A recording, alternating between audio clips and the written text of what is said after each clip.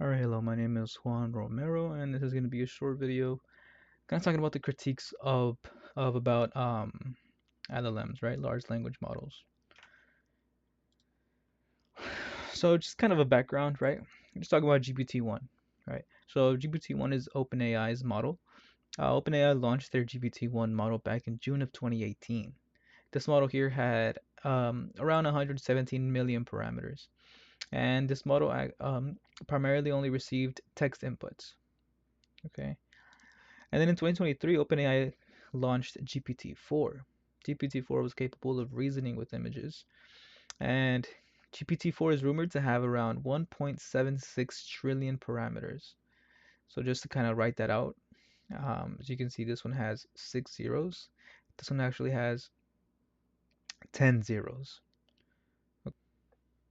So what are LLMs, right? I'm not going to get too into detail just because, my previous videos, I think I did a good job explaining what the LLMs were in the previous videos. And large language models at the end of the day are tools that can help people learn about a variety of subjects, right? And this is just to the general public, okay? It is estimated that ChatGPT has around 400 million active users worldwide, and this is just ChatGPT. So obviously we have Llama from Meta, we have Gemini from Google, we have other models like LangChain and DeepSeek. Why is this important? Why am I saying this? I'm saying this because despite the advancements and benefits of large language models, many people still raise concerns. Many people still have thoughts about, you know, maybe the safety, the morality of concentrating too much information in a system like an LLM. Maybe they have thoughts about how LLMs can reflect and even amplify societal biases, present in their training data, leading to unfair or discriminatory outputs, right? Maybe there could be an over-reliance on LLMs. Okay, this can lead to reduced critical thinking, creativity, or problem-solving skills if users defer too much to AI-generated responses. Okay,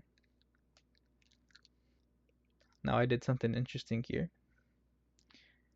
This particular statement here, over-reliance on LLMs may lead to reduced critical thinking.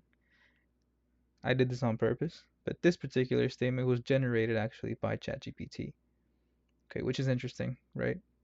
Obviously, ChatGPT doesn't actually know that it's talking about itself, I guess kind of in a bad way. But this is a very real concern about a lot of people from a lot of people, right? Over reliance on LLMs. And as a student, I see this a lot, right? I see a lot of students relying a lot on ChatGPT to generate their code, generate their presentations like this one. Um, yeah, that's a big one. Okay, so now I'm going to be talking about this video. This video is by a YouTube channel called CXO Talk, and it's titled AI Snake Oil. Princeton professor exposes AI truths. Okay, so this video talks about something called AI snake oil. Now, AI snake oil refers to AI that does not and probably cannot work as advertised. Okay, now it's a mix of technological limitations, overhyping what works well, and sometimes even deception, right? Now, some of the examples that the interview here, the guest interview, Arvin Nanan, claims is that tools claiming to use AI to detect if students cheated using generative AI, these detection tools do not work, according to him. So now how can we tie this to LLMs, right?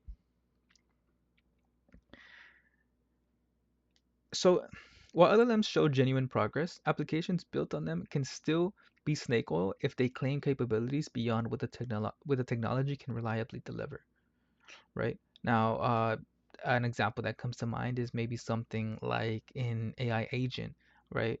AI agents are applications, kind of built on them, and by them they mean LLMs, right? AI agents are built on LLMs, right? So I don't know, just a quick example. Let's say I say that this LLM is so advanced it can I don't know, order you food on Uber Eats, right? Now something like that may actually be I think that's actually, very doable, right? But let's just say, for example, that it's not, right?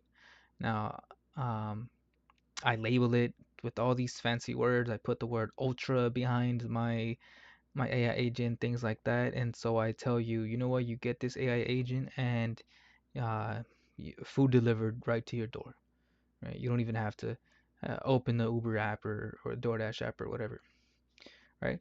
So it's kind of a little bit of snake oil, right? Based on uh, what this video is about. They're just some of the concerns that people have, right?